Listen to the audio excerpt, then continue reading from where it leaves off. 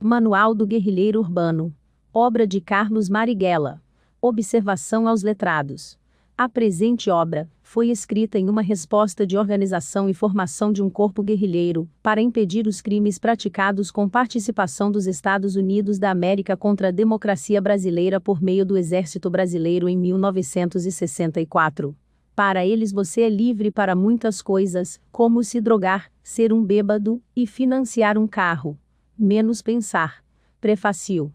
Eu gostaria de fazer uma dupla dedicatória deste trabalho. Primeiro, em memória de Edson Souto, Marco Antônio Braz de Carvalho, Nelson José de Almeida, escoteiro, e a tantos outros heróicos combatentes e guerrilheiros urbanos, que caíram nas mãos dos assassinos da Polícia Militar, do Exército, da Marinha, da Aeronáutica, e também do DOPS, instrumentos odiados da repressora ditadura militar.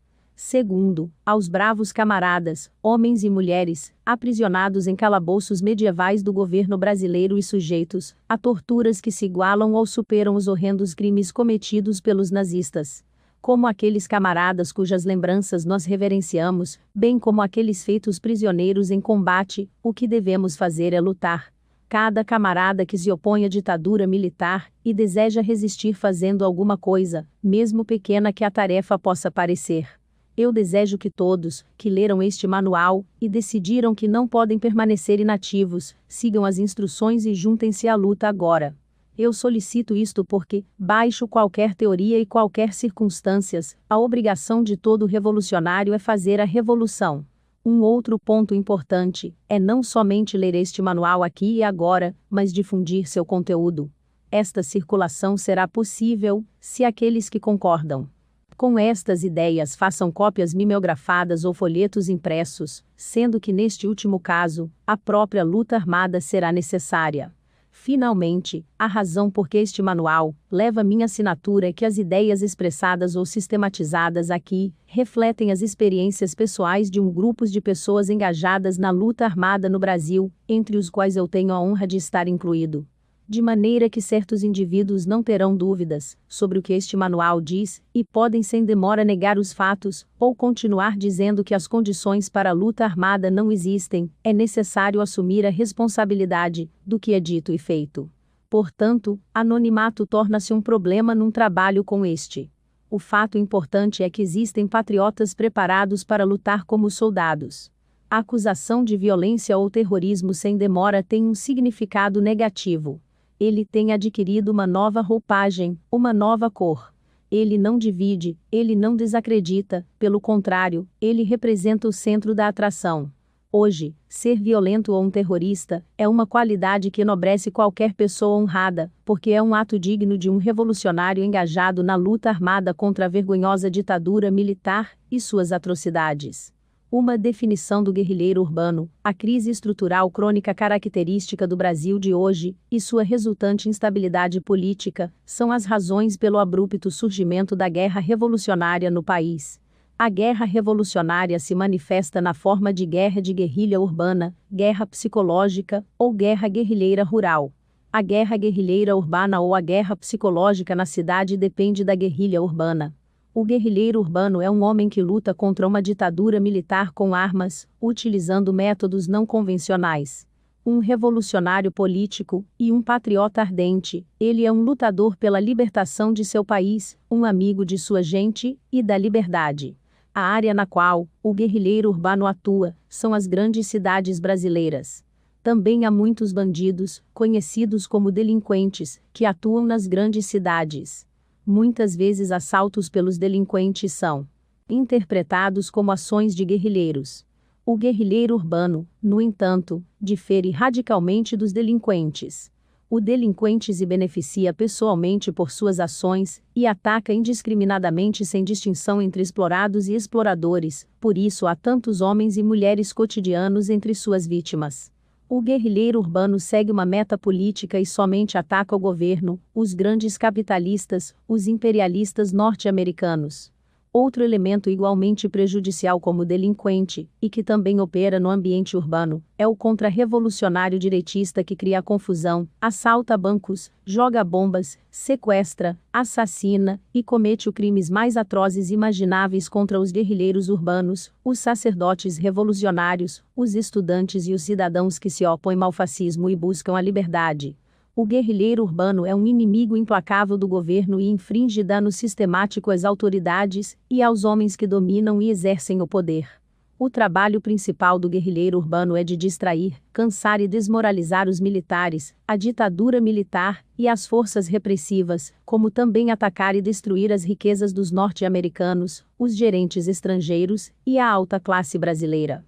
O guerrilheiro urbano não teme desmantelar ou destruir o presente sistema econômico, político e social brasileiro, já que sua meta é ajudar ao guerrilheiro rural e colaborar para a criação de um sistema totalmente novo e uma estrutura revolucionária social e política, com as massas armadas no poder. O guerrilheiro urbano tem que ter um mínimo de entendimento político. Para conseguir isto tem que ler certos trabalhos impressos ou mimeografados, como Guerra de Guerrilha por Che Guevara, Memórias de um Terrorista, algumas perguntas dos guerrilheiros brasileiros sobre problemas e princípios estratégicos, certos princípios táticos para camaradas levando em conta operações de guerrilha. Perguntas organizacionais. O Guerrilheiro, Jornal dos Grupos Revolucionários Brasileiros, qualidades pessoais de um guerrilheiro urbano. O guerrilheiro urbano é caracterizado por sua valentia e sua natureza decisiva. Tem que ser bom taticamente e ser um líder hábil. O guerrilheiro urbano tem que ser uma pessoa preparada para compensar o fato de que não tem suficientes armas, munições e equipe. Os militares de carreira ou a polícia governamental têm armas e transportes modernos e podem viajar com liberdade, utilizando a força de seu poder. O guerrilheiro urbano não tem tais recursos à sua disposição e leva uma vida clandestina. Algumas vezes é uma pessoa sentenciada, ou está sob liberdade condicional, e é obrigado a usar documentos falsos. No entanto, o guerrilheiro urbano tem certa vantagem sobre o exército convencional, ou sobre a polícia. Esta é, enquanto a polícia e os militares atuam a favor do inimigo, a quem as pessoas odeiam, o guerrilheiro urbano defende uma causa justa, que é a causa do povo. As armas do guerrilheiro urbano são inferiores às do seu inimigo, mas vendo desde o ponto de vista moral, o guerrilheiro urbano tem uma vantagem que não se pode negar. Esta superioridade moral é o que sustém ao guerrilheiro urbano. Graças a ela, o guerrilheiro urbano pode levar ao fim seu trabalho principal, o qual é atacar e sobreviver. O guerrilheiro urbano tem que capturar ou desviar armas do inimigo para poder lutar. Devido a que suas armas não são uniformes, já que o que possui foi tomado ou chegou às suas mãos de diferentes formas, o guerrilheiro urbano se vê com o problema de que tem uma variedade de armas e uma escassez de munições. Além disso, não tem onde treinar o tiro. Estas dificuldades têm que ser superadas, o qual força o guerrilheiro urbano a ser imaginativo e criativo, qualidades que sem as quais seria impossível para ele exercer seu papel como revolucionário. O guerrilheiro urbano tem que ter a iniciativa, mobilidade e flexibilidade, como também versatilidade e um comando para qualquer situação. A iniciativa é uma qualidade especialmente indispensável. Nem sempre é possível se antecipar tudo, e o guerrilheiro não pode deixar se confundir ou esperar por ordens. Seu dever é o de atuar, de encontrar soluções adequadas para cada problema que encontrar e não se retirar. É melhor cometer erros atuando a não fazer nada por medo de cometer erros. Sem a iniciativa não pode haver guerrilha urbana. Outras qualidades importantes no guerrilheiro urbano são as seguintes: que possa caminhar bastante, que seja resistente à fadiga, fome, chuva e calor, conhecer como se esconder e vigiar, conquistar a arte de ter paciência limitada, manter-se calmo e tranquilo nas piores condições e circunstâncias, nunca deixar pistas ou traços. Na frente das dificuldades quase impossíveis da guerra urbana, muitos camaradas enfraquecem, se vão, ou deixam o trabalho revolucionário. O guerrilheiro urbano não é um homem de negócios em uma empresa comercial, nem é um artista numa obra. A guerrilha urbana, assim como a guerrilha rural, é uma promessa que o guerrilheiro se faz a si mesmo. Quando já não pode fazer frente às dificuldades, ou reconhece que lhe falta paciência para esperar, então é melhor entregar seu posto antes de trair sua promessa, já que lhe faltam as qualidades básicas necessárias para ser um guerrilheiro. Como deve viver e subsistir? O guerrilheiro urbano deve saber como viver entre as pessoas e se cuidar para não aparentar ser estranho ou distante da vida normal da cidade. Não deve usar roupas diferentes da que outras pessoas utilizam.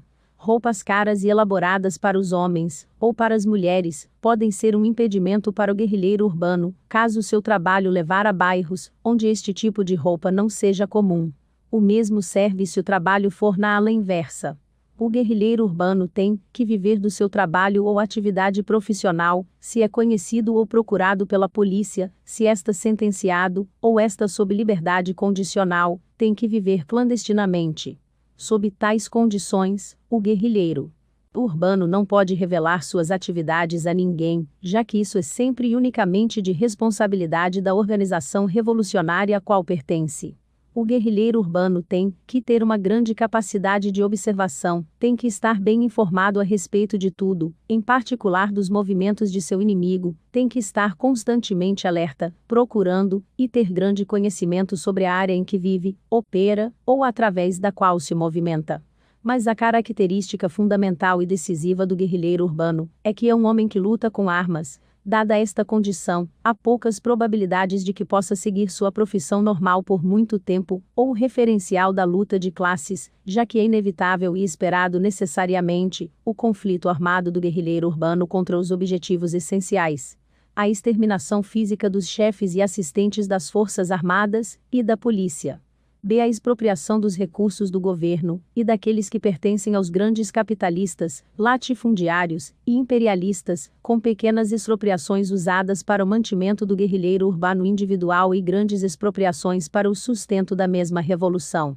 É claro que o conflito armado do guerrilheiro urbano também tem outro objetivo. Mas aqui nos referimos aos objetivos básicos, sobretudo as expropriações. É necessário que todo guerrilheiro urbano tenha em mente que somente poderá sobreviver se está disposto a matar os policiais e todos aqueles dedicados à repressão, e se está verdadeiramente dedicado a expropriar a riqueza dos grandes capitalistas, dos latifundiários e dos imperialistas. Uma das características fundamentais da Revolução Brasileira é que desde o começo se desenvolveu ao redor de expropriações da riqueza da burguesia maior, imperialista, e dos interesses latifundiários, sem a exclusão dos elementos mais ricos e dos elementos comerciais mais poderosos envolvidos com a importação e exportação de negócios. E mediante a expropriação da riqueza dos principais inimigos do povo, a Revolução Brasileira foi capaz de golpeá-los em seus centros vitais, com ataques preferenciais e sistemáticos na rede bancária, isto é, os golpes mais contundentes, foram contra o sistema nervoso capitalista. Os roubos a bancos realizados pelos guerrilheiros urbanos brasileiros machucaram os grandes capitalistas tais como Moreira Salles e outros, as empresas estrangeiras que asseguram e reasseguram o capital bancário, as companhias imperialistas e os governos estatais e federais, todos eles sistematicamente expropriados desde agora. Os frutos destas expropriações têm sido dedicados ao trabalho de aprender e aperfeiçoar as técnicas de guerrilha urbana, à compra, à produção e ao transporte de armas e munições das áreas rurais, ao aparelho de segurança dos revolucionários, ao mantimento diário dos soldados, aqueles que foram libertados da prisão por forças armadas, e aqueles que foram feridos ou perseguidos pela polícia, ou a qualquer tipo de problema que envolva camaradas que foram libertados da cadeia, ou assassinados pelos policiais e pela ditadura militar. No Brasil, o número de ações violentas realizadas pelos guerrilheiros urbanos, incluindo mortes, explosões, capturas de armas, munições e explosivos, assaltos a bancos e prisões, etc., é o suficientemente significativo como para não deixar dúvida em relação às verdadeiras intenções dos revolucionários. A execução do espião da CIA Charles Chandler, um membro do Exército dos Estados Unidos da América, que vinha da Guerra do Vietnã, para se infiltrar no movimento estudantil brasileiro, os lacaios dos militares mortos em encontros sangrentos com os guerrilheiros urbanos, todos são testemunhas do fato que estamos em uma guerra revolucionária completa e que a guerra somente pode ser livrada por meios violentos. Esta é a razão pela qual o guerrilheiro urbano utiliza a luta e pela qual continua concentrando sua atividade no extermínio físico dos agentes da repressão e a dedicar 24 horas do dia à expropriação dos exploradores da população. Preparação técnica do guerrilheiro urbano. Ninguém pode se converter em guerrilheiro urbano sem prestar particular atenção à preparação técnica. Esta preparação técnica do guerrilheiro urbano baseia-se na sua preocupação pela preparação física, seu conhecimento e no aprendizado de profissões e habilidades de todas as classes, particularmente as habilidades manuais. O guerrilheiro urbano somente pode ter uma forte resistência física se treinar sistematicamente. Não pode ser um bom soldado se não estudou a arte de lutar. Por esta razão, o guerrilheiro urbano tem que aprender e praticar vários tipos de luta, de ataque e de defesa pessoal. Outras formas úteis de preparação física são caminhadas, acampar e treinar sobrevivência na selva, escalar montanhas, remar, nadar, mergulhar, pescar, caçar pássaros e animais grandes e pequenos. É muito importante aprender a dirigir, pilotar um avião, manejar um pequeno bote, entender mecânica, rádio, telefone, eletricidade e ter algum conhecimento das técnicas eletrônicas. Também é importante ter conhecimentos de informação topográfica, poder localizar a posição através de instrumentos ou outros recursos disponíveis, calcular distâncias, fazer mapas e planos, desenhar escalas, calcular tempos, trabalhar com escalonamentos, compasso, etc. Um conhecimento de química e da combinação de cores, a confecção de selos, o domínio da arte da caligrafia e de copiar letras em conjunto com outras habilidades, são parte da preparação técnica do guerrilheiro urbano, que é obrigado a falsificar documentos para poder viver dentro de uma sociedade que ele busca destruir. Na área de medicina auxiliar, ele tem o papel especial de ser doutor, ou entender de medicina, enfermaria, farmacologia, drogas, cirurgia elementar e primeiros socorros de emergência. A questão básica na preparação técnica do guerrilheiro urbano é o manejo de armas, tais como a metralhadora, o revólver automático, FAL, vários tipos de escopetas, carabinas, morteiros, bazucas, etc.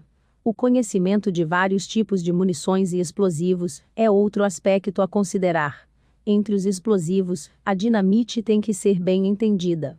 O uso de bombas incendiárias, de bombas de fumaça e de outros tipos são conhecimentos prévios indispensáveis. Aprender a fazer e construir armas, preparar bombas molotov, granadas, minas, artefatos destrutivos caseiros, como destruir pontes e destruir trilhos de trem, são conhecimentos indispensáveis à preparação técnica do guerrilheiro. O nível mais alto de preparação do guerrilheiro urbano é o Centro para Treinamento Técnico. Mas somente o guerrilheiro que passou pelo exame preliminar pode atender a esta escola, isto é, um que tenha passado a prova de fogo em ação revolucionária, em combate verdadeiro contra o inimigo. As armas do guerrilheiro urbano. As armas do guerrilheiro urbano são armas leves, facilmente trocadas, usualmente capturadas do inimigo, compradas ou feitas no momento. As armas leves têm a vantagem de que são de manejo rápido e de fácil transporte. Em geral, as armas leves são caracterizadas por serem de barris curtos. Isto inclui muitas armas automáticas. As armas automáticas e semi-automáticas aumentam consideravelmente o poder de fogo do guerrilheiro urbano. A desvantagem deste tipo de arma para nós é a dificuldade em controlá-la, resultando no desperdício de munições, compensado somente pela sua ótima precisão. Homens que estão pobremente treinados transformam as armas automáticas num dreno de munições. A experiência tem demonstrado que a arma básica do guerrilheiro urbano é a metralhadora leve. Esta arma, além de ser eficiente e de fácil disparos, numa área urbana, tem a vantagem de ser muito respeitada pelo inimigo. O guerrilheiro tem que conhecer completamente o manejo da metralhadora, sendo que a mesma é agora muito popular e indispensável ao guerrilheiro urbano brasileiro. A metralhadora ideal para o guerrilheiro urbano é a INA calibre .45. Outros tipos de metralhadoras de diferentes calibres podem ser usadas, com o prévio conhecimento dos problemas de munições. É preferível que o potencial industrial do guerrilheiro urbano permita a produção de um só tipo de metralhadora, para que a munição utilizada possa ser padronizada. Cada grupo de tiro das guerrilhas urbanas tem que ter uma metralhadora manejada por um bom atirador. Os outros componentes dos grupos têm que estarem armados com revólveres calibre .38, nossa arma padrão. O calibre .32 também é útil para aqueles que querem participar, mas o .38 é preferível já que seu impacto usualmente põe o inimigo fora de ação. As granadas de mão e as bombas convencionais de fumaça podem ser consideradas como armamento leve, com poder defensivo para cobertura e retirada. As armas de carregador longo são mais difíceis de transportar para o guerrilheiro urbano já que atraem muita atenção devido ao seu tamanho. Entre as armas de carregador longo estão a FAL, as armas e rifles Mauser, as armas de caça tais como a Winchester e outras. Espingardas de cano curto podem ser úteis se são usados a pequenas distâncias. São úteis até para pessoas com má pontaria, especialmente pela noite quando a precisão não é de muita ajuda. Bazucas e morteiros podem ser usados em ação, mas as condições para utilizá-los têm que serem preparadas, e as pessoas que as vão utilizar devem ser treinadas. O guerrilheiro urbano não deve basear suas ações no uso de armas pesadas, que possuem sérias desvantagens no tipo de luta que exige armamento leve, que garanta mobilidade e velocidade. As armas caseiras são muitas vezes tão eficientes como as melhores armas produzidas em fábricas convencionais, e até uma espingarda cortada é uma boa arma para um guerrilheiro urbano. O papel do guerrilheiro urbano como produtor de armas é de fundamental importância. Cuidar de suas armas, saber como arrumá-las, e em muitos casos poder estabelecer uma pequena estação para improvisar a produção de armas pequenas e eficientes. O trabalho em metalurgia e no torno mecânico são habilidades básicas que o guerrilheiro urbano deve de incorporar na sua planificação industrial, que é a planificação de armas caseiras. Estas construções e cursos com explosivos e sabotagem devem ser organizados. Os materiais primários para a prática destes cursos devem ser obtidos com antecedência, para evitar um aprendizado incompleto, ou seja, para deixar espaço suficiente para a experiência.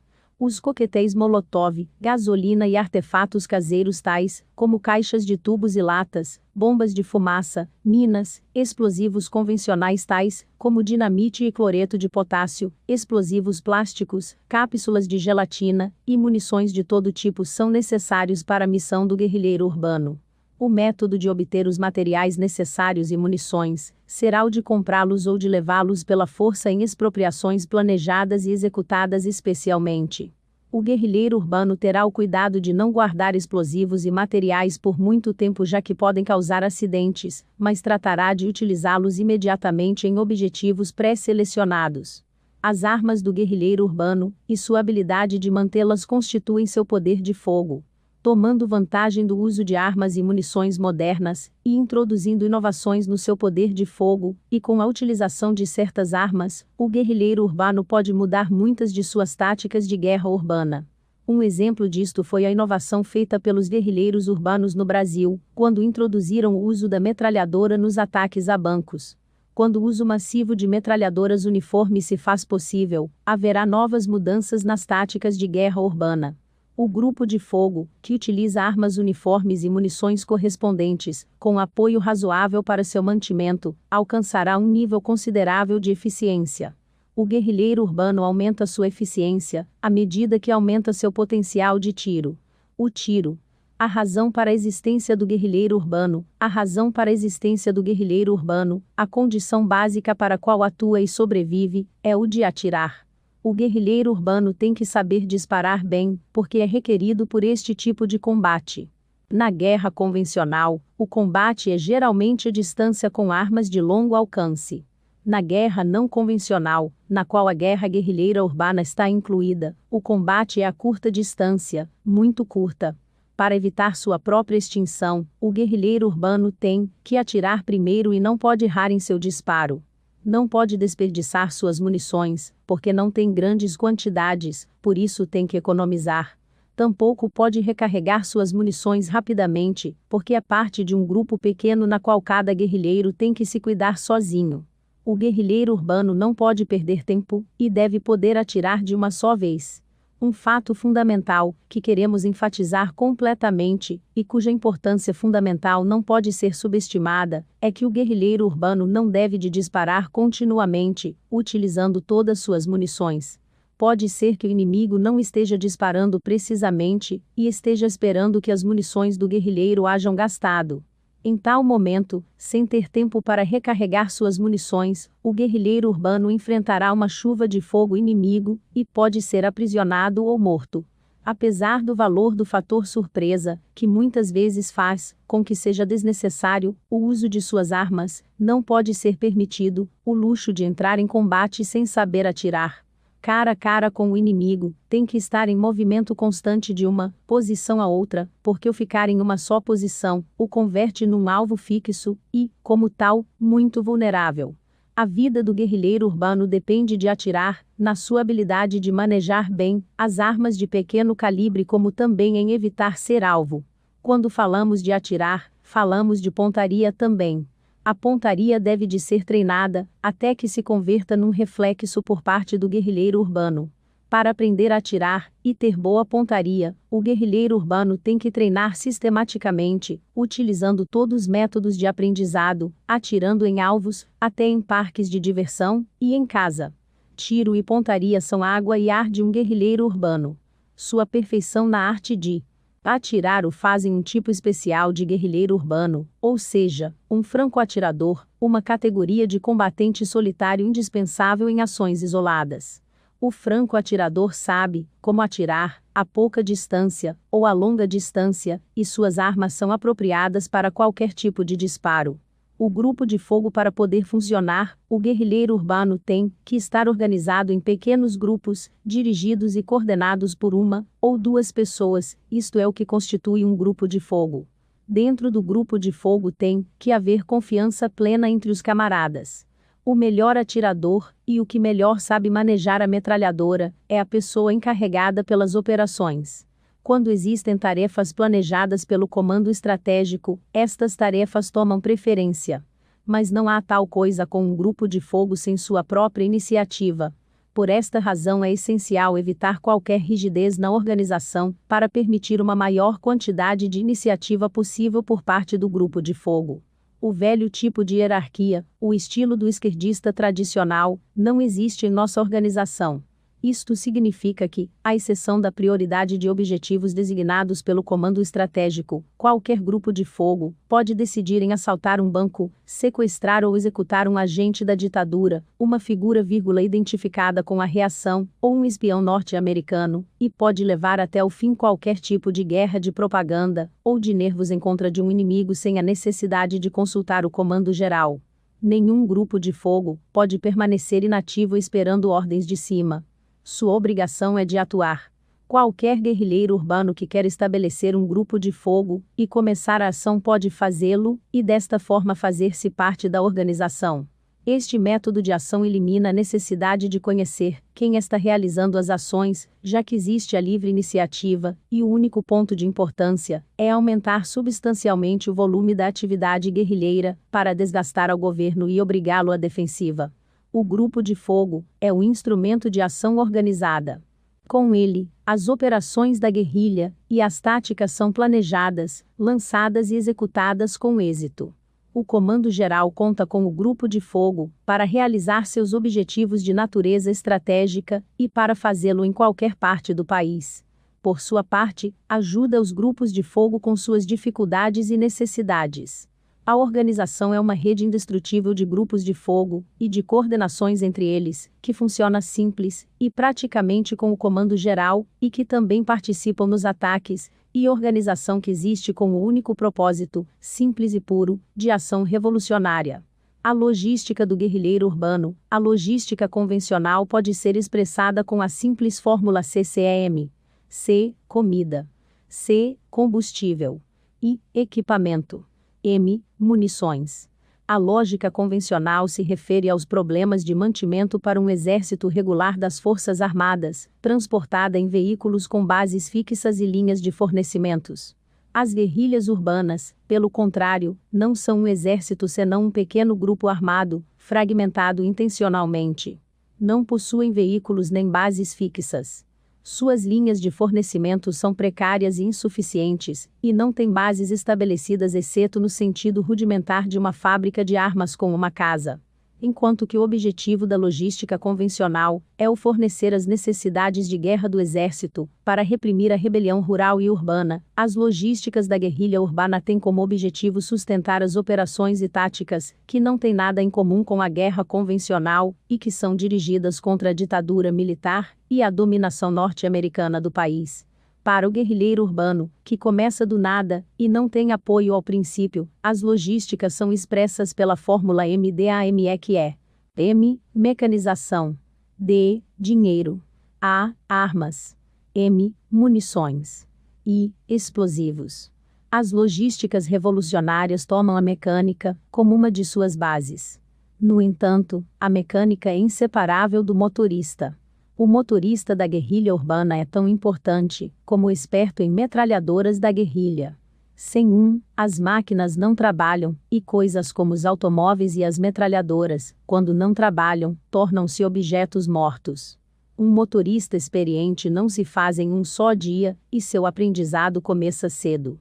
Todo bom guerrilheiro urbano tem que ser um bom motorista. Em relação ao veículo, o guerrilheiro urbano tem que expropriar o que necessita. Quando já tem os recursos, o guerrilheiro urbano pode combinar a expropriação de veículos com outros métodos de aquisição.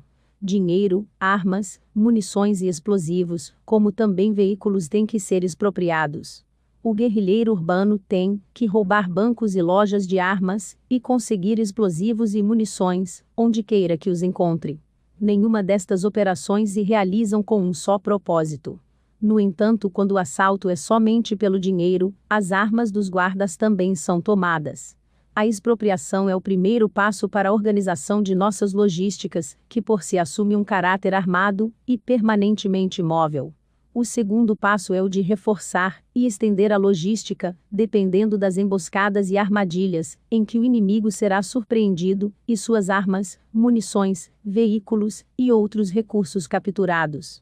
Uma vez que guerrilheiro urbano tem as armas, munições e explosivos, um dos problemas de logística mais sérios que terá em qualquer situação é encontrar um lugar de esconderijo no qual deixar o material e conseguir os meios de transportá-lo e montá-lo onde é necessitado.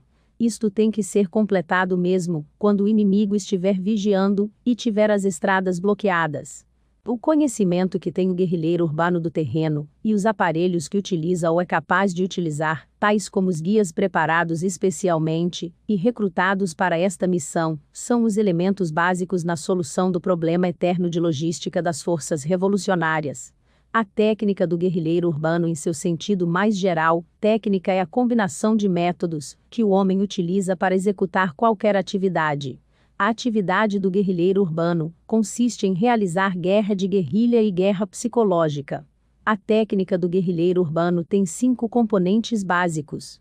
A uma parte é relacionada aos requisitos, que se agrupam a estas características, requisitos representados por uma série de vantagens iniciais sem as quais o guerrilheiro urbano não pode completar seus objetivos. B. Uma parte concerne certos objetivos definitivos nas ações iniciadas pela guerrilha urbana. C. Uma parte é relacionada com os tipos e modos característicos de ação das guerrilhas urbanas. D. Uma parte concerne o método da guerrilha urbana realizar ações específicas.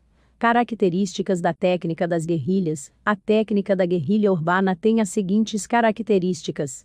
A. É uma técnica agressiva, isto é, tem um caráter ofensivo. Como é bem conhecido, a ação defensiva significa morte para nós.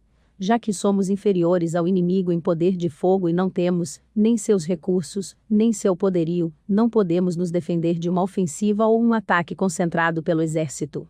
E esta é a razão pela qual a técnica urbana nunca pode ser de natureza permanente, nem pode defender uma base fixa, nem permanecer em um só lugar esperando para repelir o círculo de reação. B. É uma técnica de ataque e retirada pelo qual preservamos nossas forças.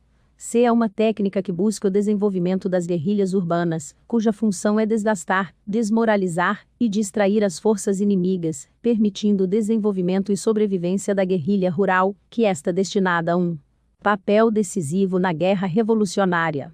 A vantagem inicial da guerrilha urbana, as dinâmicas das guerrilhas urbanas, consiste nos violentos choques do guerrilheiro urbano com as forças militares e policiais da ditadura. Nestes choques, os policiais têm a superioridade. O guerrilheiro urbano tem forças inferiores. O paradoxo é que o guerrilheiro urbano, apesar de ser mais fraco, é sem dúvida o atacante. As forças militares e policiais, por sua parte, respondem ao ataque com a mobilização e concentração de forças infinitamente superiores na perseguição e destruição das forças guerrilheiras.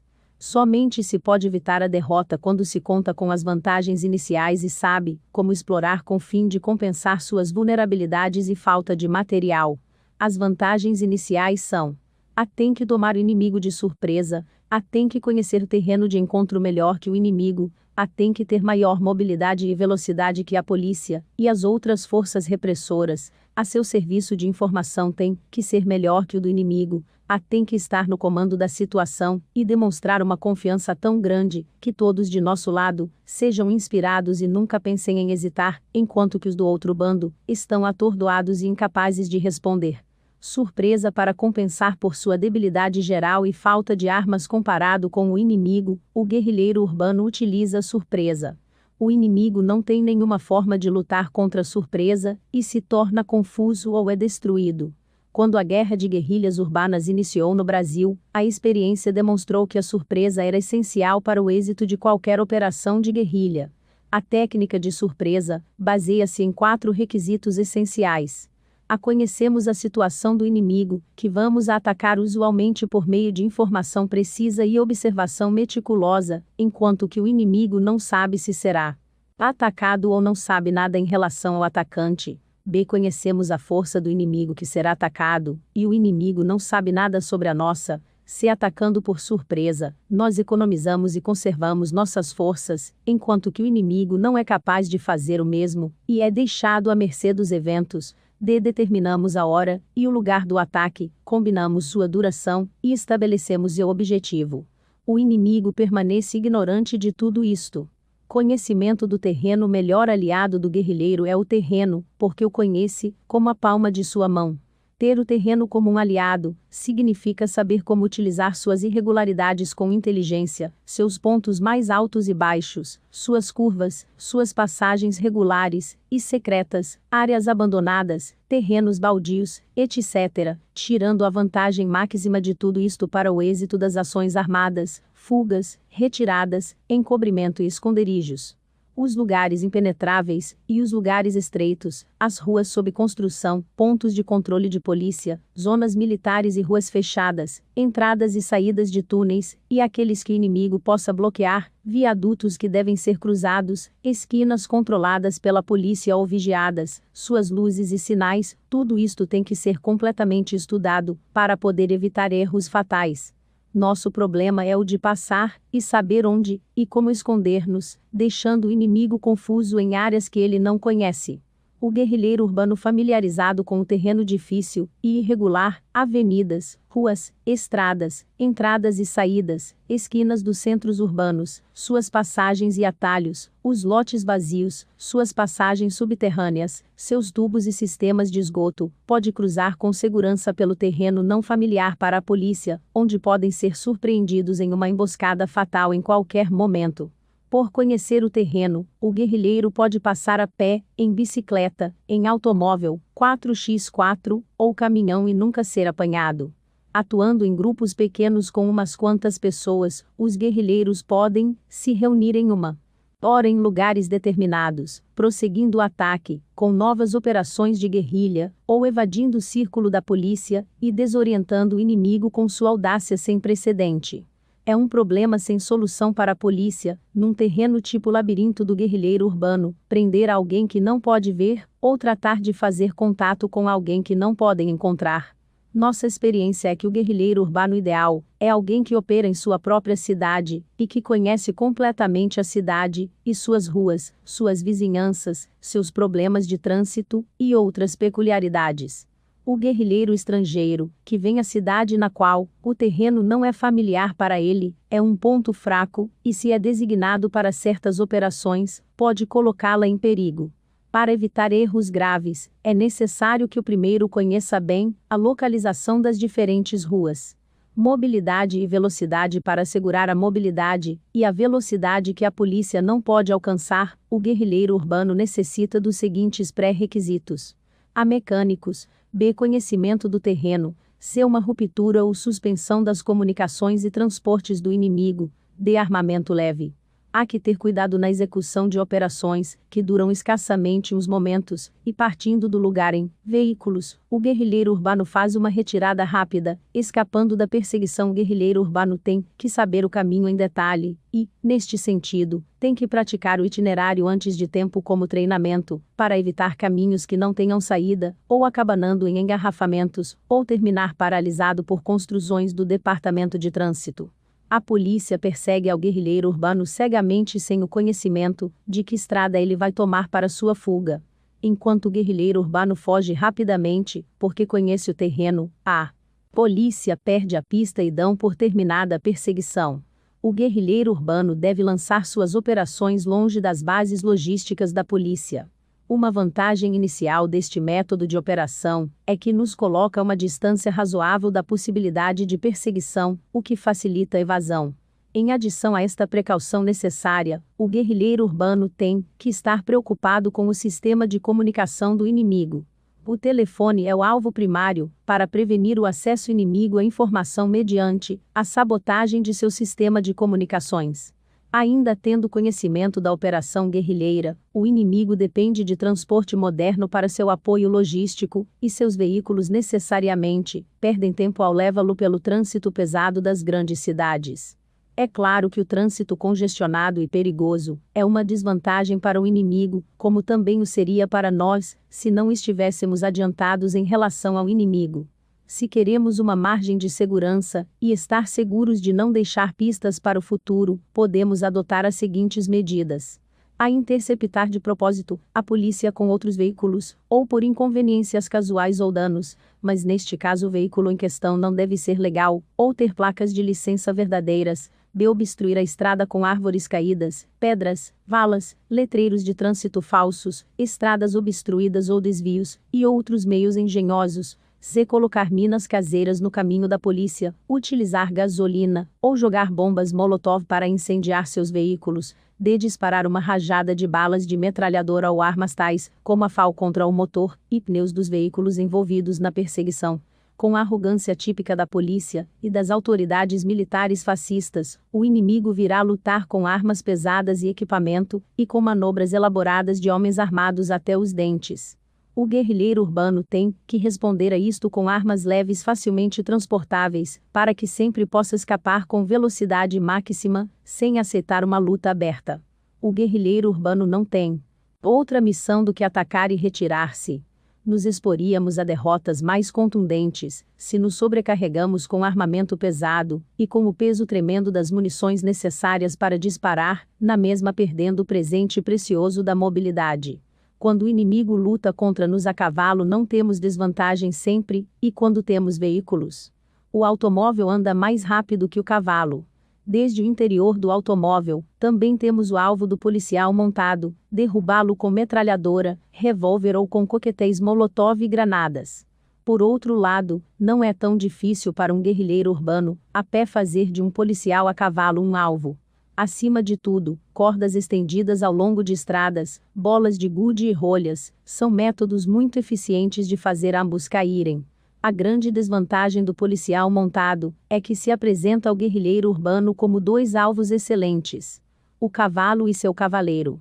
A parte de ser mais rápido que um cavalo, o helicóptero não tem melhores oportunidades em uma perseguição. Se o cavalo é muito lento comparado com o automóvel do guerrilheiro urbano, o helicóptero é muito rápido. Movendo-se a 200 km por hora, nunca terá êxito em atingir desde cima um alvo perdido entre as multidões e os veículos da rua, nem tampouco pode aterrissar em ruas para capturar alguém. Além disso, quando tenta voar a baixas alturas, torna-se extremamente vulnerável ao fogo do guerrilheiro urbano. Informação. As possibilidades que o governo tem de descobrir e destruir o guerrilheiro urbano diminuem à medida que o potencial dos inimigos do ditador tornam-se maiores e mais concentrados entre as massas populares. A concentração de oponentes da ditadura exerce um papel muito importante na obtenção de informação dos movimentos de polícia e de homens do governo, como também ocultar nossas atividades.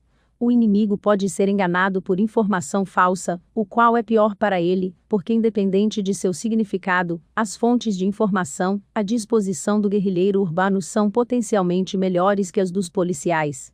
O inimigo é observado pela população, mas desconhece quem dentro da população passa informações aos guerrilheiros urbanos. Os militares e a polícia são odiados pelas injustiças e violência que têm cometido contra a população, e isto facilita a obtenção de informação prejudicial às atividades de agentes do inimigo. A informação, que é somente uma pequena parte do apoio popular, representa um potencial extraordinário nas mãos do guerrilheiro urbano. A criação de um serviço de inteligência com uma estrutura organizada é uma necessidade básica para nós. O guerrilheiro urbano tem que ter informação essencial dos planos e movimentos do inimigo, onde se encontra e como se movem, os recursos da rede bancária, os meios de comunicação e seus movimentos secretos.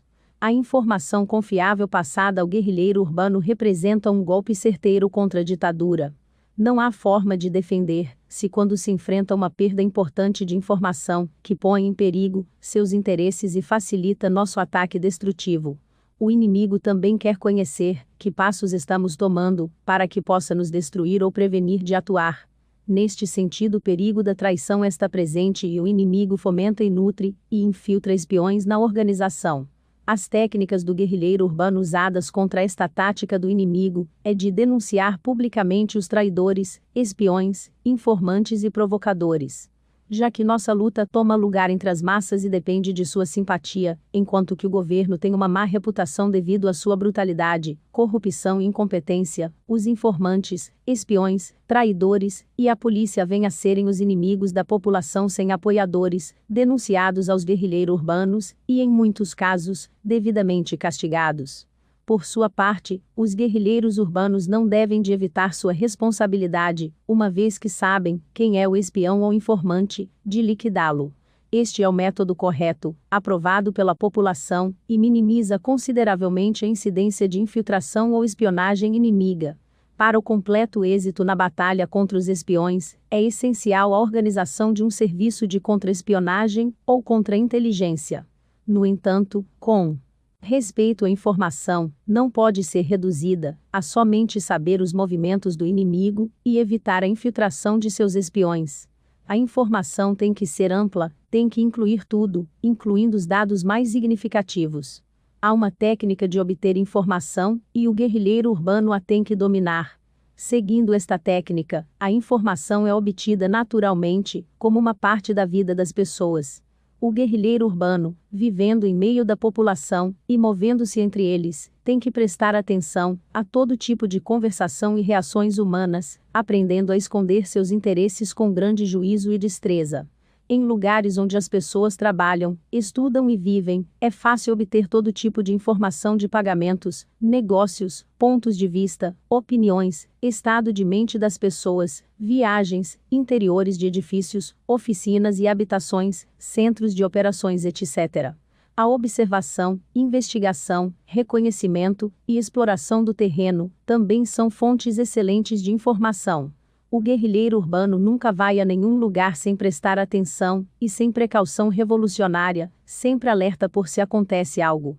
Olhos e ouvidos abertos, sentidos alertas, a memória gravada com todo o necessário para agora, ou para o futuro, e para a continuação da atividade do soldado guerrilheiro.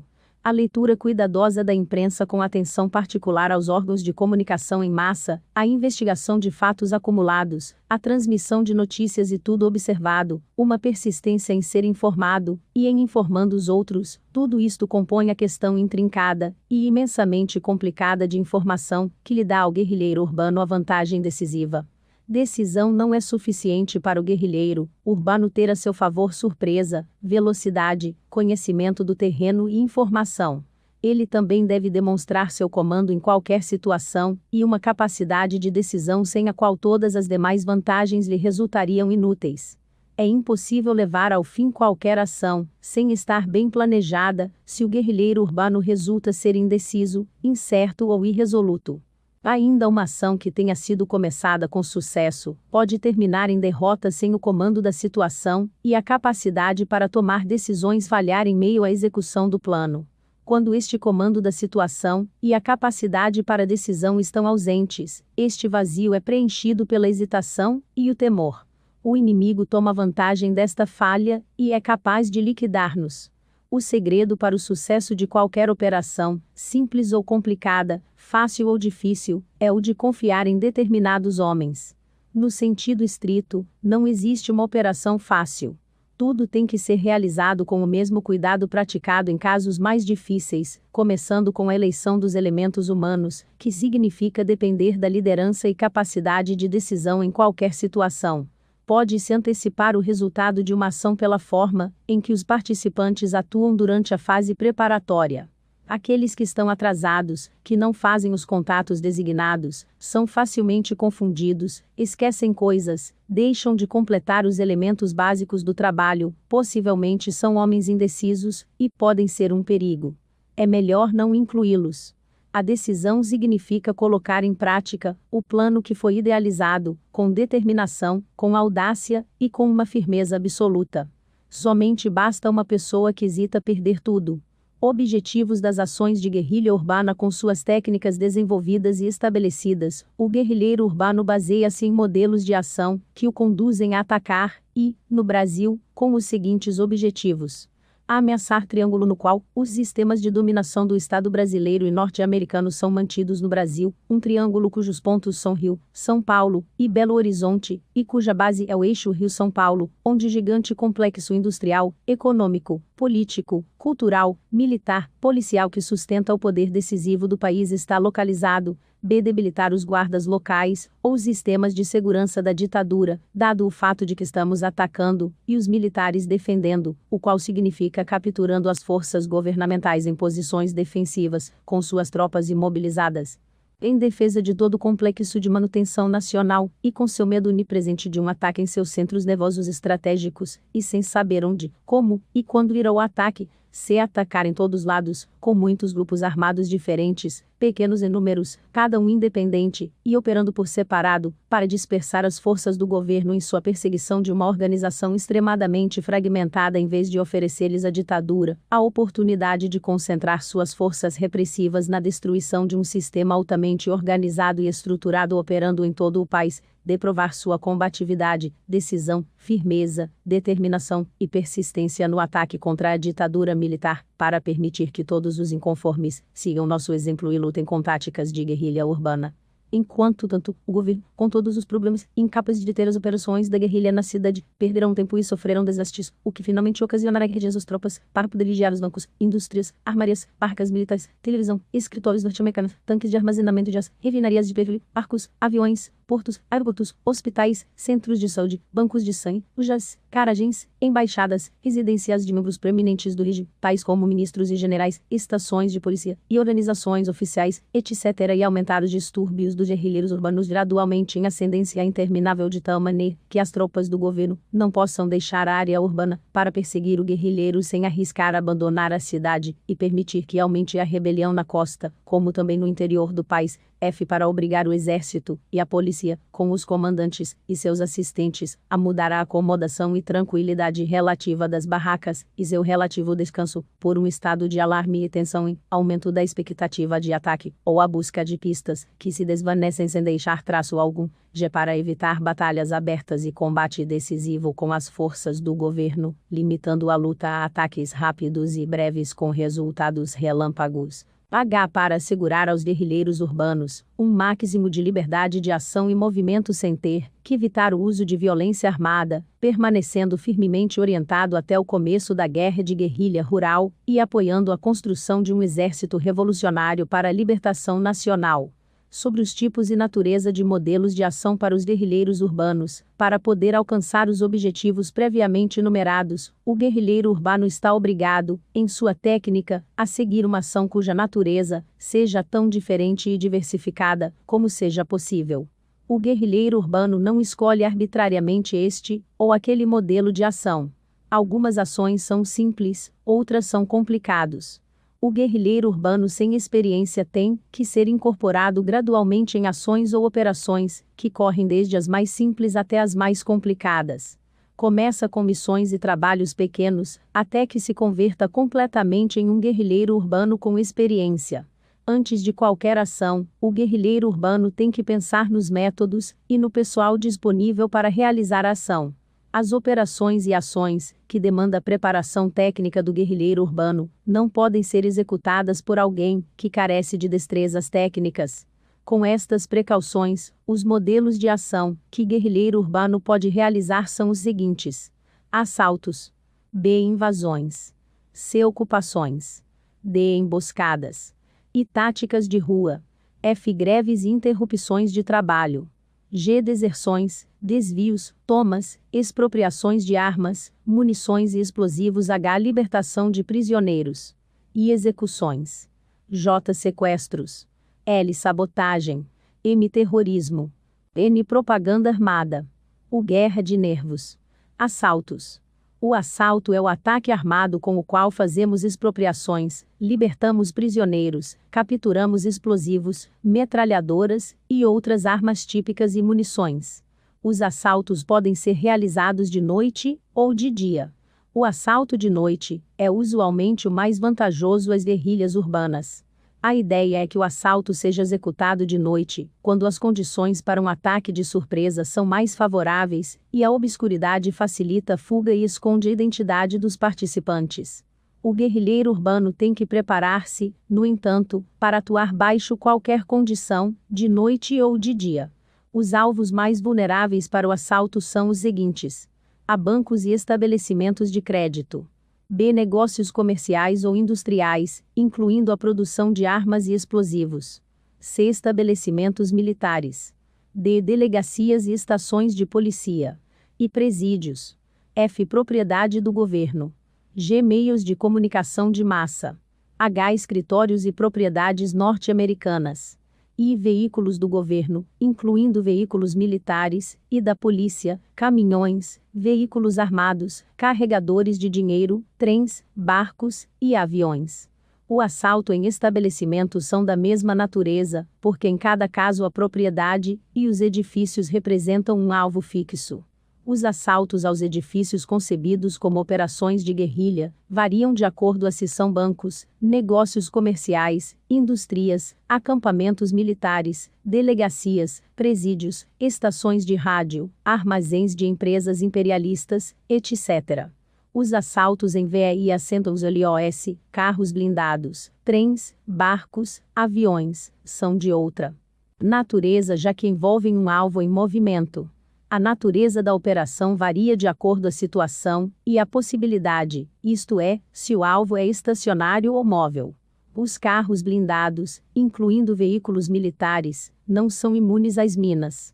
Estradas obstruídas, armadilhas, enganos, intercepção de outros veículos, bombas molotov, atirar com armamento pesado, são métodos eficientes de assaltar veículos. Os veículos pesados, aviões em terra, barcos ancorados, podem ser tomados e as tripulações capturadas. Os aviões em voo podem ser desviados de seu curso pela ação guerrilheira ou por uma pessoa. Os barcos e trens em movimento podem ser assaltados ou tomados por operações de guerrilha, para poder capturar as armas e munições, ou para evitar o deslocamento de tropas. O assalto a banco como modelo popular, o modelo de assalto mais popular, é o assalto a banco. No Brasil, a guerrilha urbana começou um tipo de assalto organizado em bancos como uma operação guerrilheira. Hoje este tipo de assalto é utilizado comumente e tem servido como um tipo de exame preliminar para o guerrilheiro urbano em seu processo de aprendizagem da guerra revolucionária. Tem-se desenvolvido inovações importantes na técnica de assalto a bancos, o qual assegura fuga, a retirada de dinheiro e o anonimato das pessoas envolvidas. Entre estas inovações temos atirar nos pneus dos carros, para evitar que sejamos perseguidos, trancar as pessoas nos banheiros dos bancos, obrigá-los a que se sentem no chão do banheiro, imobilizar os guardas do banco e tomar seu armamento, obrigar alguém a abrir a caixa forte e a utilização de disfarces. Tentativas para instalar alarmes de bancos, ou para utilizar guardas ou aparelhos de detecção eletrônicos de origem norte-americana, são de pouca utilidade, quando o assalto é de tipo político e executado de acordo com as técnicas de guerrilha urbana. Esta técnica trata de utilizar novos recursos para alcançar as mudanças táticas do inimigo, tem acesso a poder de fogo, que está em crescimento todos os dias, se faz mais astuta e audaz, e utiliza um grande número de revolucionários todas as vezes, todas para garantir o êxito das operações planejadas até o último detalhe. O assalto a banco é a expropriação típica. Mas, como é certo para qualquer tipo de expropriação armada, o revolucionário está em desvantagem por dois competidores. A competição por delinquentes, b. Competição por contra-revolucionários de direita. Esta competição produz confusão, o qual é refletido em incerteza da população. Depende do guerrilheiro urbano prevenir que isto aconteça, e para conseguir isto utiliza dois métodos. A. Tem que evitar a técnica de bandidos, o qual é o uso de violência desnecessária, e da expropriação de mercadorias e posses da população. B. Tem que usar o assalto para propósitos de propaganda, no mesmo momento em que está acontecendo, e depois distribuir material, papéis, e todo o meio possível de explicar os objetivos e os princípios do guerrilheiro urbano como expropriador do governo, das classes governantes, e do imperialismo.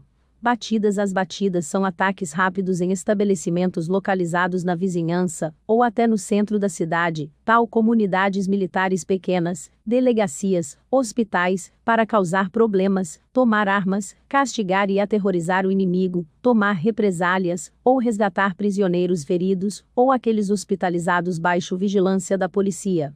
As batidas também são lançadas em garagens e estacionamentos para destruir veículos e danificar instalações, especialmente se são empresas e propriedades norte-americanas. Quando tomam lugar em certas extensões de estrada, ou em certas vizinhanças distantes, os ataques podem servir para obrigar o inimigo a mover grandes números de tropas, um esforço totalmente inútil já que não encontraram ninguém com quem lutar.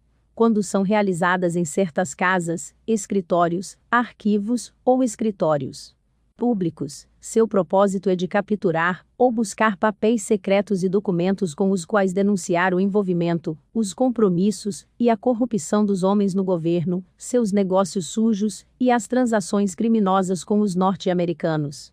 As batidas são mais efetivas se são realizadas de noite. Ocupações. As ocupações são um tipo de ataque realizado quando um guerrilheiro urbano se estaciona em estabelecimentos e localizações específicas, para uma resistência temporal contra o inimigo, ou para algum propósito de propaganda.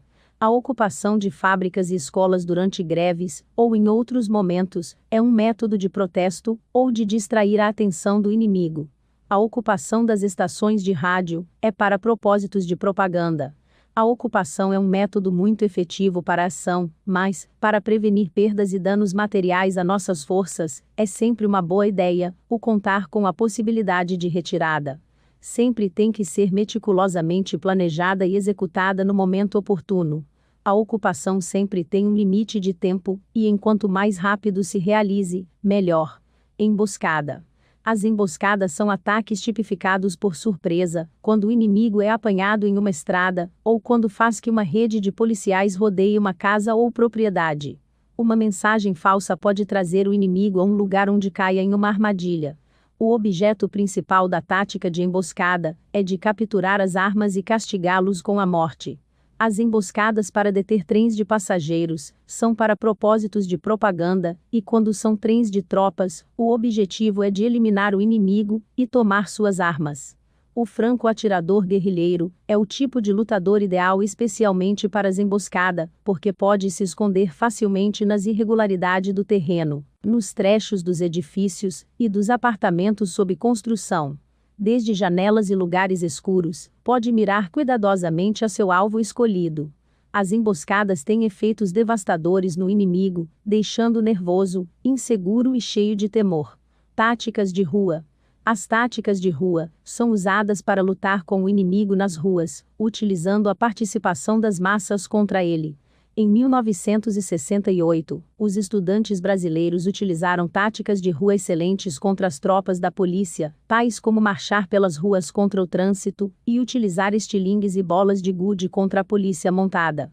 Outras táticas de rua consistem na construção de barricadas, atirando garrafas, tijolos e outros projéteis desde o telhado de apartamentos e edifícios de negócios contra a polícia, utilizando edifícios sob construção para sua fuga, para esconder-se e para apoiar os ataques surpresa.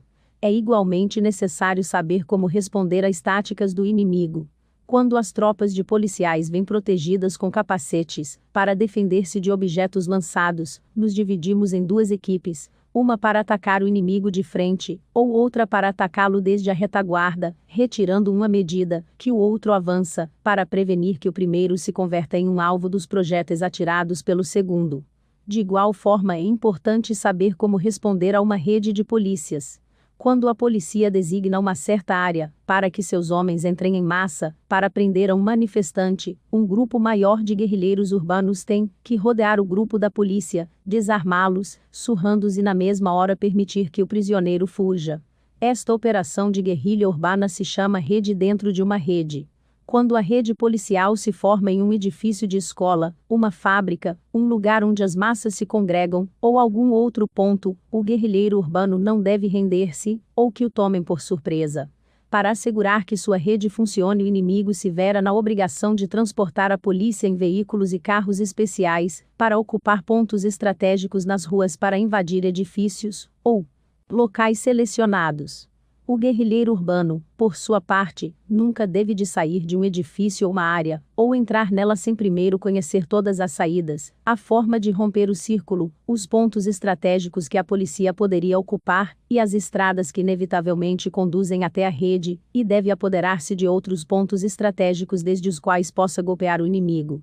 As estradas seguidas pelos veículos da polícia têm que serem minadas em pontos chaves, e há pontos forçados de parada. Quando as minas explodem, os veículos voaram pelos ares. Os policiais cairão na armadilha, e sofrerão perdas ou serão vítimas de uma emboscada. A rede tem que ser quebrada por rotas de fuga desconhecidas para a polícia. O sabotagem. O sabotagem é um tipo de ataque altamente destrutivo usando somente várias pessoas, e às vezes requerendo somente uma, para terminar o resultado desejado. Quando a guerrilha urbana usa sabotagem, a primeira fase é a sabotagem isolada. Então vem a fase de sabotagem dispersada ou generalizada, levando a população. Um plano de sabotagem bem executado demanda estudo, planejamento e cuidadosa execução. Uma forma característica da sabotagem é a explosão usando dinamite, incêndio e a implantação de minas. Um pouco de areia, uma gota de qualquer tipo de combustível, ou pouca lubrificação, um parafuso removido, um curto-circuito, peças de madeira ou ferro, podem causar danos irreparáveis. O objetivo da sabotagem é para doer, danificar, deixar sem uso, e para destruir pontos vitais do inimigo, assim como os seguintes: a economia de um país, b. a produção agrícola e industrial, c. sistemas de comunicação e transporte, D. sistemas policiais e militares e seus estabelecimentos e depósitos, e o sistema repressor do sistema militar policial, F. empresas e propriedades norte-americanas no país. A guerrilha urbana deve pôr em perigo a economia do país, particularmente seus aspectos financeiros e econômicos, assim como as redes comerciais domésticas e estrangeiras, suas mudanças nos sistemas bancários, seu sistema de coleta de impostos, e outros. Escritórios públicos, centros de serviços do governo, armazéns do governo, são alvos fáceis para sabotagem. Não vai ser fácil prevenir a sabotagem da produção agrícola e industrial pela guerrilha urbana, com sua sabedoria completa da situação. Trabalhadores industriais atuando como guerrilheiros urbanos são excelentes para sabotagem industrial, já que sabem, melhor que ninguém, entendem a indústria, a fábrica, a maquinária, e talvez possam destruir toda a operação, fazendo mais dano que uma pessoa mal informada. A respeito dos sistemas de comunicações e de transportes do inimigo, começando com o tráfego ferroviário, é necessário atacá-lo sistematicamente com as armas de sabotagem. A única precaução é a de não causar a morte ou ferimento fatal aos passageiros, especialmente aos que viajam com regularidade nestes trens suburbanos ou de longa distância. Ataques a trens de carga, em movimento ou estacionados, parar os sistemas de comunicação e de transporte militar, são os maiores objetivos da sabotagem nesta área. Vagões podem ser danificados e retirados, assim como os trilhos. Um túnel bloqueado depois de uma explosão, uma obstrução de um vagão descarrilado, causam tremendo dano. O descarrilamento de um trem de carga contendo combustível é um dos maiores danos que se podem fazer ao inimigo, assim como dinamitar pontes de vias. Num sistema onde o peso e o tamanho do equipamento rodante é enorme, levar-se meses para reparar ou reconstruir a destruição ou o dano. As rodovias podem ser obstruídas por árvores, veículos estacionados, valas, deslocação de barreiras por dinamite e pontes destruídas por explosões. Os barcos podem ser danificados, enquanto ancorados em portos marítimos, ou de rios, ou em estaleiros. Os aviões podem ser destruídos ou sabotados na pista. As linhas telefônicas e telegráficas podem ser sistematicamente danificadas, suas torres serem destruídas, e suas linhas ficarem sem uso algum. As comunicações e o transporte devem ser sabotados imediatamente, porque a guerra revolucionária já começou no Brasil, e é essencial impedir o movimento de tropas e munições do inimigo. Oleodutos, instalações de combustível, depósitos de bombas e munições, armazéns de pólvora e arsenais, campos militares e bases, devem tornar-se alvos de operações de sabotagem por excelência, enquanto que os veículos, caminhões do exército e outros automóveis militares e policiais podem ser destruídos ao encontrá-los. Os centros de repressão militares e policiais e seus específicos e especializados órgãos devem também chamar a atenção do sabotador da guerrilha urbana.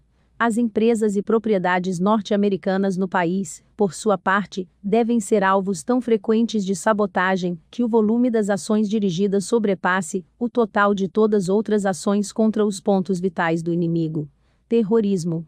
O terrorismo é uma ação, usualmente envolvendo a colocação de uma bomba ou uma bomba de fogo de grande poder destrutivo, o qual é capaz de infligir perdas irreparáveis ao inimigo.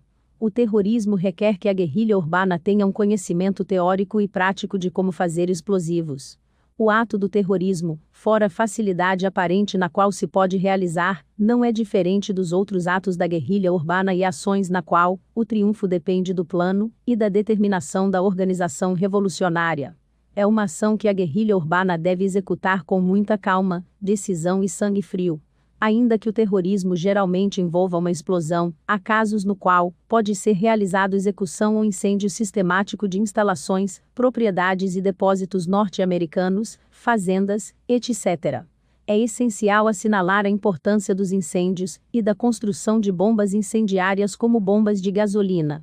Na técnica de terrorismo revolucionário, outra coisa importante é o material que a guerrilha urbana pode persuadir o povo a expropriar em momentos de fome e escassez, resultados dos grandes interesses comerciais. O terrorismo é uma arma que o revolucionário não pode abandonar. Propaganda armada. Coordenação das ações da guerrilha urbana, incluindo cada ação armada, é a principal forma de fazer propaganda armada. Estas ações, feitas com determinados e específicos objetivos, inevitavelmente se fazem material de propaganda para o sistema de comunicação das massas.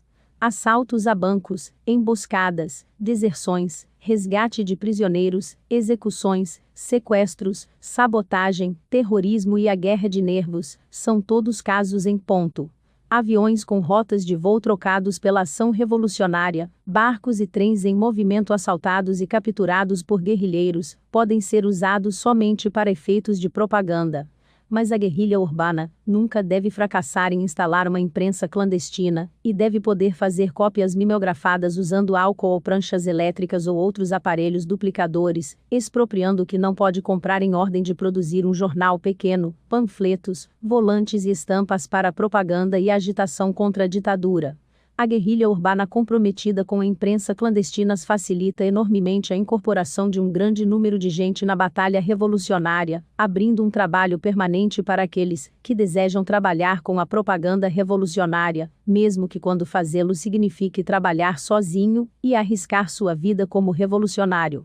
Com a existência de propaganda clandestina e material agitador, o espírito inventor da guerrilha urbana expande e cria catapultas, artefatos, morteiros e outros instrumentos com os quais distribuir os panfletos anti-governo à distância. Gravações em fita, a ocupação de estações de rádio, o uso de alto-falantes, desenhos em paredes e em outros lugares inacessíveis, são outras formas de propaganda. Em usá-las, a guerrilha urbana deve dar-lhes um caráter de operações armadas. Uma propaganda consistente de cartas enviadas a endereços específicos, explicando o significado das ações armadas da guerrilha urbana. Isto produz consideráveis resultados e é um método de influenciar certos segmentos da população. Se esta influência é exercitada no coração das pessoas por todo possível mecanismo de propaganda girando em torno da atividade da guerrilha urbana, isto não indica que nossas forças têm o suporte de todos.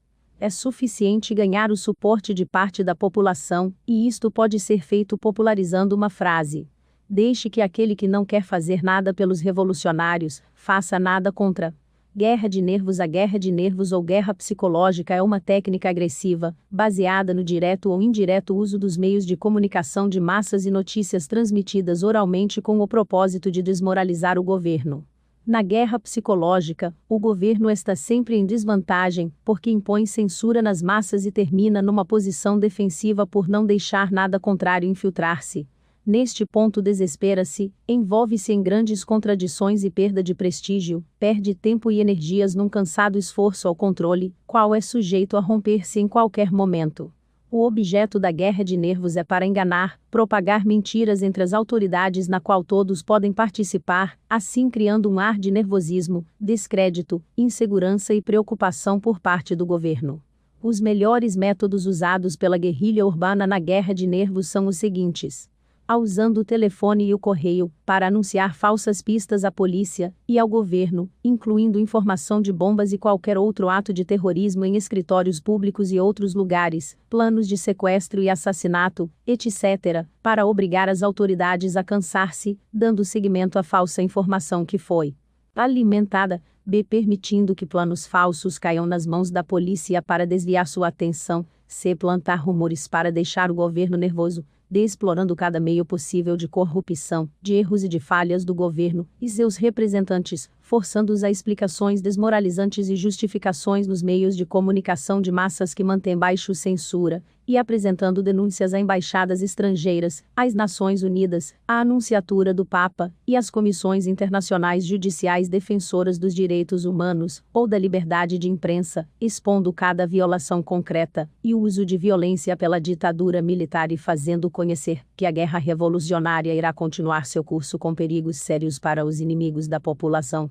Como executar a ação? A guerrilha urbana que corretamente passa através de seu aprendizado e seu treinamento deve dar grande importância à sua tática de executar sua ação, por isso não se deve cometer o mais pequeno erro. Qualquer descuido na assimilação do método e seu uso convida certo desastre, assim como a experiência nos ensina a cada dia. Os bandidos cometem erros frequentemente por seus métodos, e esta é uma das razões pela qual a guerrilha urbana deve estar tão intensamente preocupada por seguir a técnica revolucionária, e não a técnica dos bandidos. Não há guerrilha urbana merecedora do nome, que ignore a tática revolucionária de ação e fracasse em praticar rigorosamente o planejamento e a execução de suas atividades. O gigante é conhecido por seus dedos. O mesmo pode ser dito da guerrilha urbana, que é conhecida tão longe como seus métodos corretos e sua fidelidade absoluta aos princípios.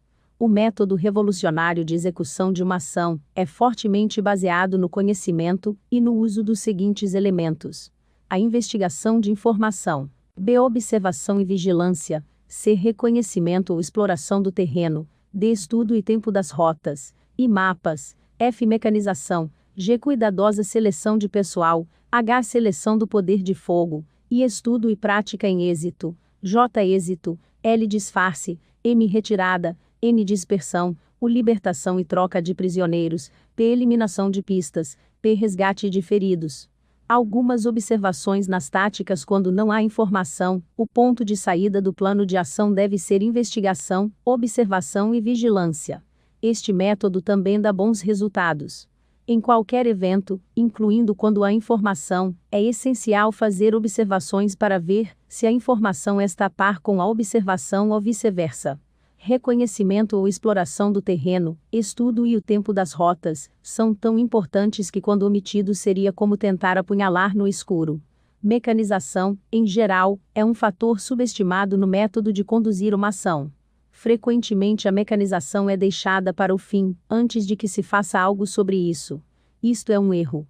A mecanização deve de ser considerada seriamente, deve ser colhida com ampla vista, e de acordo com um plano cuidadoso, também baseado na informação e observação, e deve ser executado com cuidado rigoroso e precisão.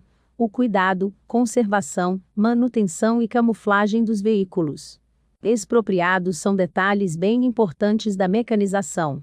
Quando o transporte falha, a ação principal falha com sérias consequências morais e materiais para a atividade da guerrilha urbana.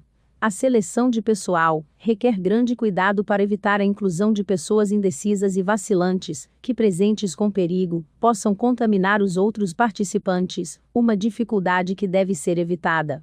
A retirada é igual ou mais importante que a operação em si, ao ponto de ter que ser planejada rigorosamente, incluindo a possibilidade de falha. Deve-se evitar o resgate, ou a transferência de prisioneiros com crianças presentes, ou qualquer coisa que atraia a atenção das pessoas em trânsito casual na área. O melhor é fazer o resgate tão natural quanto seja possível, sempre passando ao redor, ou usando estradas diferentes ou ruas estreitas, que quase não permitam a passagem a pé, para evitar o encontro dos carros. A eliminação das pistas é obrigatório e demanda grande precaução ao esconder as impressões digitais e outras classes de indícios que informem o inimigo. A falta de cuidado na eliminação dos vestígios e das pistas é um fator que aumenta o nervosismo em nossas patentes que o inimigo às vezes explora. Resgate de feridos. O problema com os feridos na guerrilha urbana merece atenção especial. Durante operações da guerrilha na zona urbana, pode ocorrer que algum camarada seja ferido acidentalmente ou atingido pela polícia. Quando um da guerrilha está num grupo de atiradores, tem o conhecimento de primeiros socorros e pode fazer algo pelo camarada ferido. Em nenhuma circunstância pode ser abandonado o guerrilheiro e ser deixado em mãos do inimigo.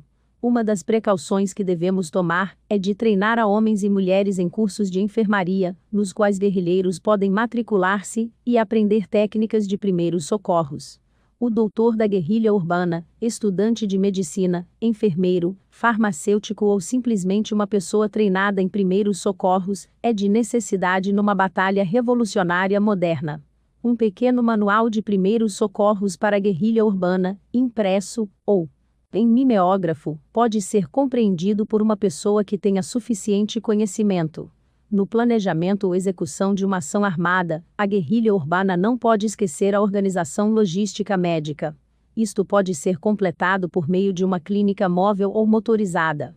Você também pode estabelecer uma estação de primeiros socorros e utilizar os conhecimentos de um camarada da guerrilha, que esperará com equipamentos num lugar designado, onde os feridos são trazidos. O ideal seria ter uma clínica bem equipada, mas é bem custoso, a menos que usemos materiais expropriados. Quando tudo falha, às vezes é necessário recorrer a clínicas legais, usando a força se necessário, para que os doutores atendam aos nossos feridos.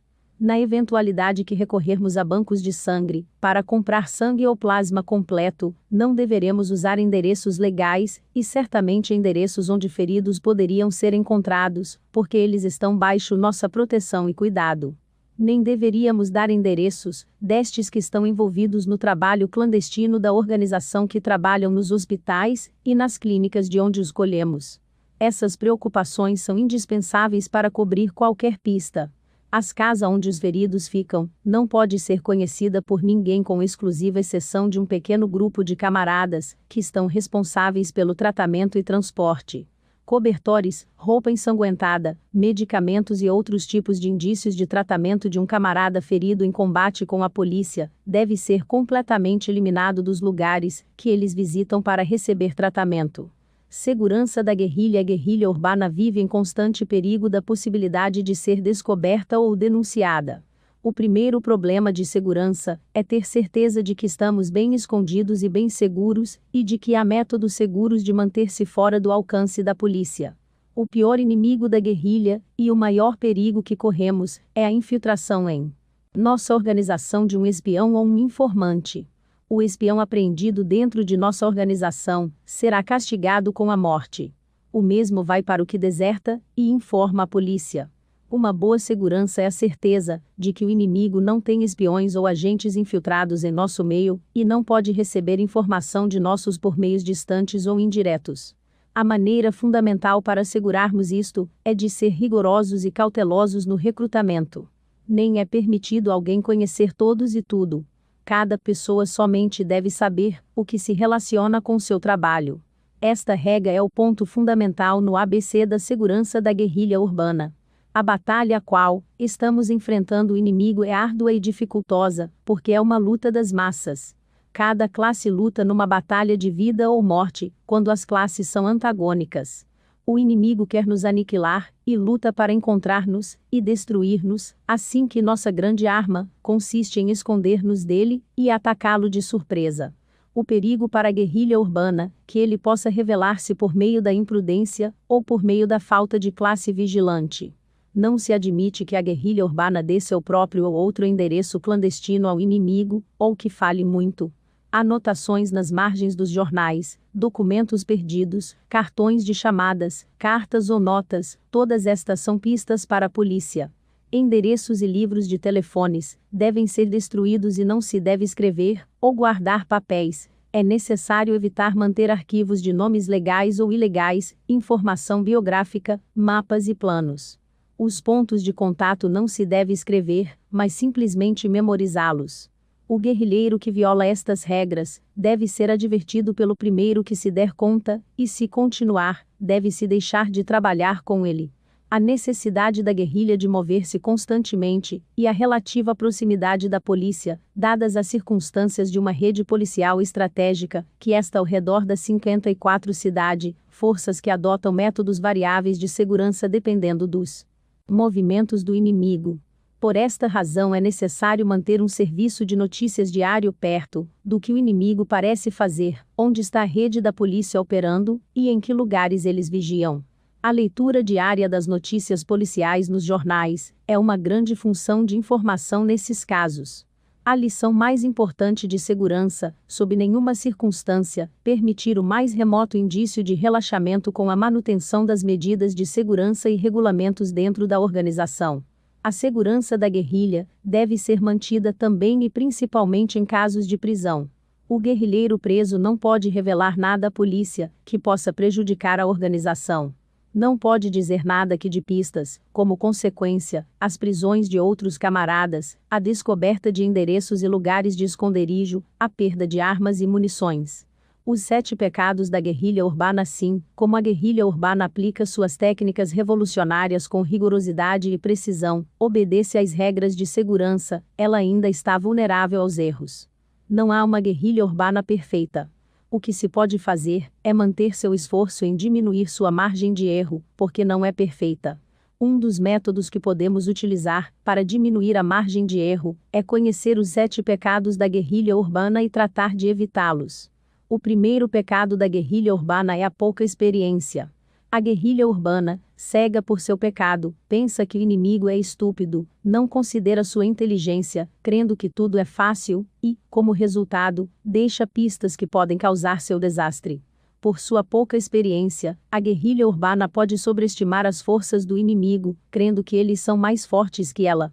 Deixando-se enganar por sua presunção, a guerrilha urbana então se intimida, fica insegura e indecisa, paralisada e falta de audácia. O segundo pecado da guerrilha urbana é vangloriar-se de suas ações completadas e espalhá-lo aos 4 ventos. O terceiro pecado da guerrilha urbana é vaidade. A guerrilha urbana que padece deste pecado trata de resolver seus problemas da revolução com ações na cidade, mas sem preocupar-se com os princípios e sobrevivência da guerrilha em zonas rurais. Cegada por seu triunfo, ela começa a organizar ações que considera decisivas e que colocam em jogo todas as forças e recursos da organização. Já que não podemos interromper a luta guerrilheira nas cidades, enquanto que a guerra rural não tenha estourado, nós sempre corremos o erro fatal de permitir que o inimigo nos ataque com golpes decisivos. O quarto pecado da guerrilha urbana é de exagerar sua força e tentar fazer projetos que lhe faltam forças e ainda não tem a infraestrutura requerida. O quinto pecado do guerrilheiro urbano é a ação precipitada. O guerrilheiro urbano que comete este pecado perde a paciência, sofre um ataque de nervos, não espera por nada e se joga impetuosamente na ação, sofrendo perdas inapreciáveis. O sexto pecado do guerrilheiro urbano é atacar o inimigo quando eles estão mais enfurecidos. O sétimo pecado do guerrilheiro urbano é o de não planejar as coisas e atuar improvisadamente. Apoio popular. Um dos problemas principais do guerrilheiro é sua identificação com as causas populares, para ganhar o apoio popular. Quando as ações governamentais se tornam corruptas e ineptas, o guerrilheiro urbano não deve hesitar em demonstrar que ele se opõe ao governo e ganhar a simpatia das massas. O presente governo, por exemplo, impõe pesadas cargas financeiras à população na forma de impostos. É responsabilidade do guerrilheiro urbano então atacar o sistema de pagamento de impostos e de obstruir sua atividade financeira, tirando todo o peso da atividade revolucionária contra ela. O guerrilheiro urbano luta, não somente por transtornar o sistema de coleta de impostos, o braço da violência revolucionária também tem que estar dirigido contra os órgãos do governo que levantam os preços, e aqueles que os dirigem, como também contra os mais ricos capitalistas nacionais e estrangeiros, e os donos de propriedades importantes, em resumo, todos aqueles que acumulam fortunas com o alto custo de vida, salário de fome, preços e aluguéis excessivos. Monopólios estrangeiros, tais como a refrigeração e outras instalações norte-americanas que monopolizam o mercado, e a manufatura de suprimentos de comida gerais, têm que ser sistematicamente atacados pelo guerrilheiro urbano. A rebelião do guerrilheiro urbano, e sua persistência na intervenção de questões políticas, é a melhor forma de assegurar o apoio popular na causa que defendemos. Repetimos e insistimos em repetir. É a melhor forma de assegurar o apoio popular. Tão pronto uma porção razoável da população começa a levar a sério a ação do guerrilheiro urbano, seu êxito é garantido. O governo não tem alternativa exceto intensificar sua repressão. A rede da polícia, as buscas em casas, a prisão de pessoas inocentes e de suspeitos, ou fechar as ruas e fazer a cidade insuportável. A ditadura militar embarca na perseguição política. Os assassinatos políticos e o terror policial se fazem rotina. Apesar de tudo isto, a polícia sistematicamente perde. As Forças Armadas, a Marinha e a Força Aérea são mobilizadas para executar as funções policiais rotineiras. Ainda assim não encontram uma forma de deter as operações da guerrilha, nem tampouco de acabar com a organização revolucionária com seus grupos fragmentados, que se movem e operam através do território nacional contagiosa e persistentemente. Há pessoas se recusam a colaborar com as autoridades, e o sentimento geral é o de que o governo é injusto, incapaz de resolver problemas, e recorre somente à liquidação de seus oponentes. A situação política no país é transformada numa situação militar na qual os militares aparentam ser mais e mais responsáveis pelos erros e a violência, enquanto que os problemas das vidas das pessoas se fazem verdadeiramente catastróficas. Quando veem que os militares e a ditadura estão a ponto do abismo e temendo as consequências de uma guerra civil, que já está a caminho, os pacificadores, que sempre se encontram dentro de as classes governantes, e os oportunistas de ala direita, amigos da luta sem violência, se unem e começam a circular rumores detrás das cortinas, pedindo ao carrasco eleições, redemocratização, reformas constitucionais, e outras bobagens desenhadas para confundir as massas, e fazê-las parar a rebelião revolucionária nas cidades e nas áreas rurais do país. Mas, observando os revolucionários, as pessoas agora entendem que seria uma farsa elas votarem em eleições, que têm como único objetivo garantir a continuação da ditadura militar e cobrir os crimes do Estado.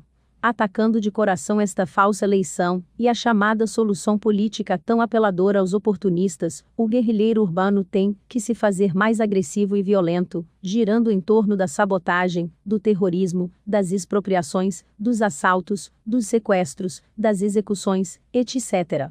Isto contestaria qualquer tentativa de enganar as massas com a abertura de um congresso, e a reorganização dos partidos políticos, partidos do governo, e os de oposição que permitira, quando todo o tempo, o parlamento e os chamados partidos políticos, funcionam graças a uma licença da ditadura militar num verdadeiro espetáculo de marionetes e cachorros numa corda.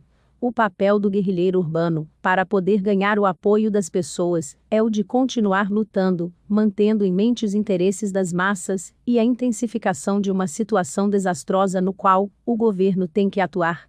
Estas são as circunstâncias, desastrosas para a ditadura, que permitirão aos revolucionários abrir a guerrilha rural no meio de uma expansão incontrolável da rebelião urbana. O guerrilheiro urbano está envolvido na ação revolucionária, a favor do povo e busca nela a participação das massas numa luta contra a ditadura militar e para a libertação do país.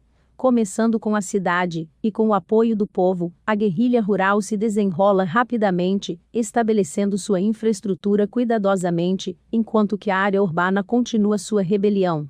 Guerrilha urbana, escola para selecionar o guerrilheiro. A revolução é um fenômeno social que depende dos homens, das armas e dos recursos. As armas e os recursos existem no país e podem ser tomados e usados, mas para fazer isto, é necessário contar com homens. Sem eles, as armas e os recursos não têm nem uso nem valor. Por sua parte, os homens têm que ter duas qualidades básicas e indispensáveis. A tem que ter uma motivação político-revolucionária, B tem que ter a necessária preparação técnica revolucionária. Os homens com a preparação político-revolucionária se encontram entre os vastos contingentes dos inimigos da ditadura militar e do domínio do imperialismo dos Estados Unidos da América. Os homens que estão melhor treinados, mais experientes e dedicados à guerrilha urbana, constituem a base para a guerra revolucionária e, portanto, da Revolução Brasileira. Desta base é que surge o núcleo do Exército Revolucionário de Libertação Nacional, levantando-se da Guerra Revolucionária. Este é o núcleo central, não de burocratas e oportunistas escondidos na estrutura organizacional, não de conferenciantes vazios, de escritores de resoluções que permanecem no papel, senão de homens que lutam. Os homens que desde o princípio têm a determinação, e têm estado prontos para qualquer coisa, que pessoalmente participam nas ações revolucionárias, que não têm dúvidas, e nem enganam. Este é o núcleo doutrinado e disciplinado com uma estratégia de longo alcance e uma visão tática consistente com a aplicação da teoria marxista, dos desenvolvimentos do leninismo e castro-guevaristas, aplicados às condições específicas da situação revolucionária. Este é o núcleo que dirigirá a rebelião à fase de guerra de guerrilha. Dela surgiram os homens e mulheres com o desenvolvimento político-militar, um indivisível, cujo trabalho será o dos líderes futuros depois do triunfo da Revolução, na construção de uma nova sociedade brasileira. Desde agora, os homens e mulheres escolhidos para a guerra de guerrilha urbana são trabalhadores, camponeses a quem a cidade atraiu por seu potencial de trabalho, e quem regressarão à área rural completamente doutrinados e tecnicamente preparados, estudantes, intelectuais e sacerdotes. Este é o material com o qual estamos construindo, começando a guerra de guerrilhas, a aliança armada de trabalhadores e camponeses, com estudantes, intelectuais e sacerdotes. Os trabalhadores têm conhecimento infinito da esfera industrial, e são os melhores nos trabalhos revolucionários urbanos. O trabalhador guerrilheiro urbano participa na luta mediante a construção de armas, sabotando e preparando sabotadores e dinamiteiros, e pessoalmente participando em ações envolvendo armas de mão, ou organizando greves e paradas parciais com a violência em massa característica em fábricas, centros de trabalho e outros lugares de trabalho. Os camponeses têm uma intuição extraordinária de conhecimento da terra, juízo no confronto do inimigo, e a indispensável habilidade de comunicar com as massas humildes. O guerrilheiro camponês está participando já em nossa luta, e é quem chega ao núcleo da guerrilha, estabelece pontos de apoio nas áreas rurais, encontra lugares para esconder indivíduos, armas, munições, suprimentos, organiza a colheita de grãos utilizados na guerra de guerrilhas, escolhe os pontos de transporte, pontos de criação de gado, e as fontes de suprimentos de carnes, treina os guias que ensinam ao guerrilheiro urbano as estradas, e cria um sistema de informação na área rural. Os estudantes se destacam por ser politicamente cruéis e rudes e, portanto, rompem todas as regras. Quando são integrados na guerrilha urbana, como está ocorrendo agora em grande escala, ensinam um talento especial para a violência revolucionária e pronto adquirem um alto nível de destreza político-técnico-militar.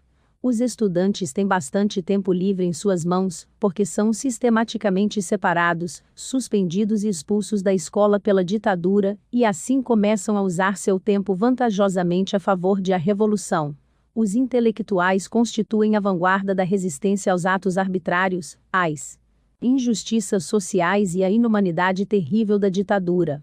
Eles expandem a chamada revolucionária, e têm uma grande influência na população. O guerrilheiro urbano intelectual é o aderente às moderno da Revolução Brasileira.